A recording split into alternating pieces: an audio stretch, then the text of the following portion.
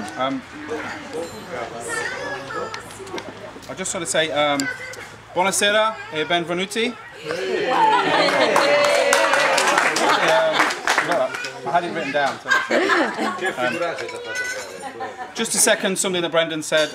I just, on behalf of Monica and Brendan, I just want to say thanks again to everybody for coming here and sharing their fantastic day in beautiful Italia.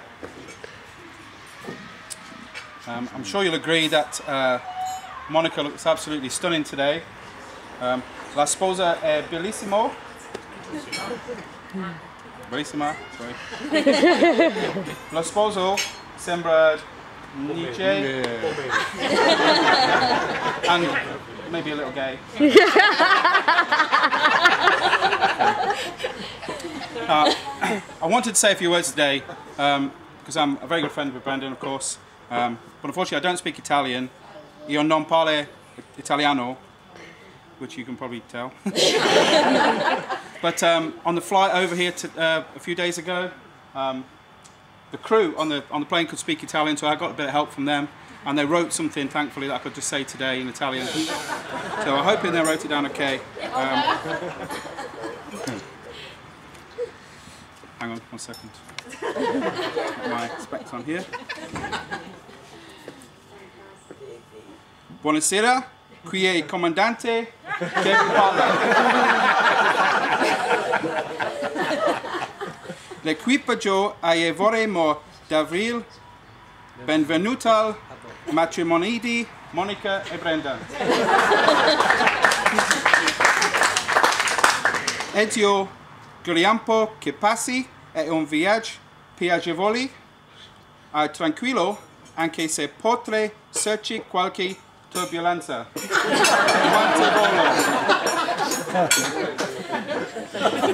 Quindi Brendan, allaccia bene la tua cintura sicurezza. E ricordati che dopo questo giorno non si sono uscita di qui.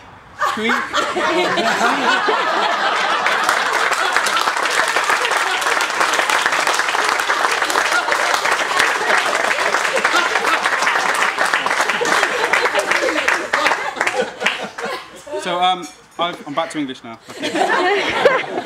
I've known Brendan for many years. We started playing football together in Edinburgh a few years ago, and I know at this point a best band, certainly in England, kind of takes the mickey out of the groom a little bit and says a few funny things, but we established last night that Brendan is really boring. There's really not a great deal to say, apart from the fact that he is very, very old. And he had a couple of reputations in the changing room at football in Scotland, and Carry on. one of them I can't really talk about here because it's a family occasion, but I will say complimenti Monica.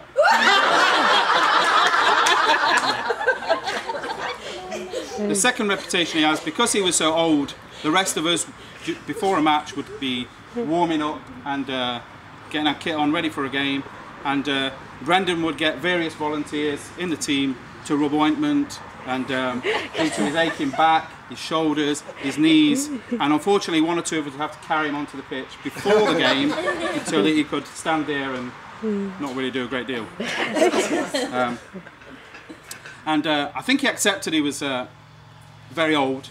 When he first moved to Italy, he decided to give up football at the level we were used to playing, and he signed up for a vets team in Rome. Now that's veterans football, which is a good idea for him because it's at a slower pace, it's with older people, something he could be used to. Unfortunately, the vets team that he signed up for was a veterinarians team, and they were all young and fit, and after one game I think his pelvis exploded, so he soon gave that up, and now he just hobbles around after Monica with no football. And yeah.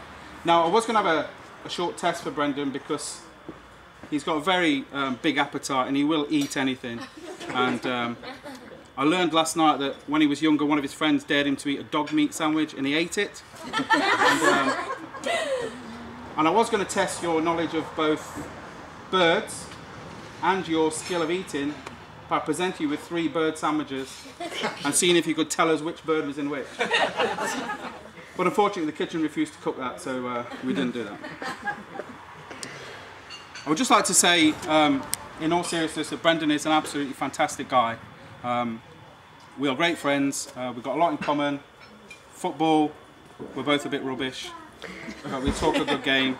We're both like birds, the feathered variety, of course. And we spent many a time on the top of a mountain with a telescope, putting the world to rights, and being a little bit gay and all that kind of thing. And he is a great guy, and I think, Monica, you've made a great choice for your first husband. Yeah. So I would just like to ask you all to raise a glass to Monica and Brendan. Ciao.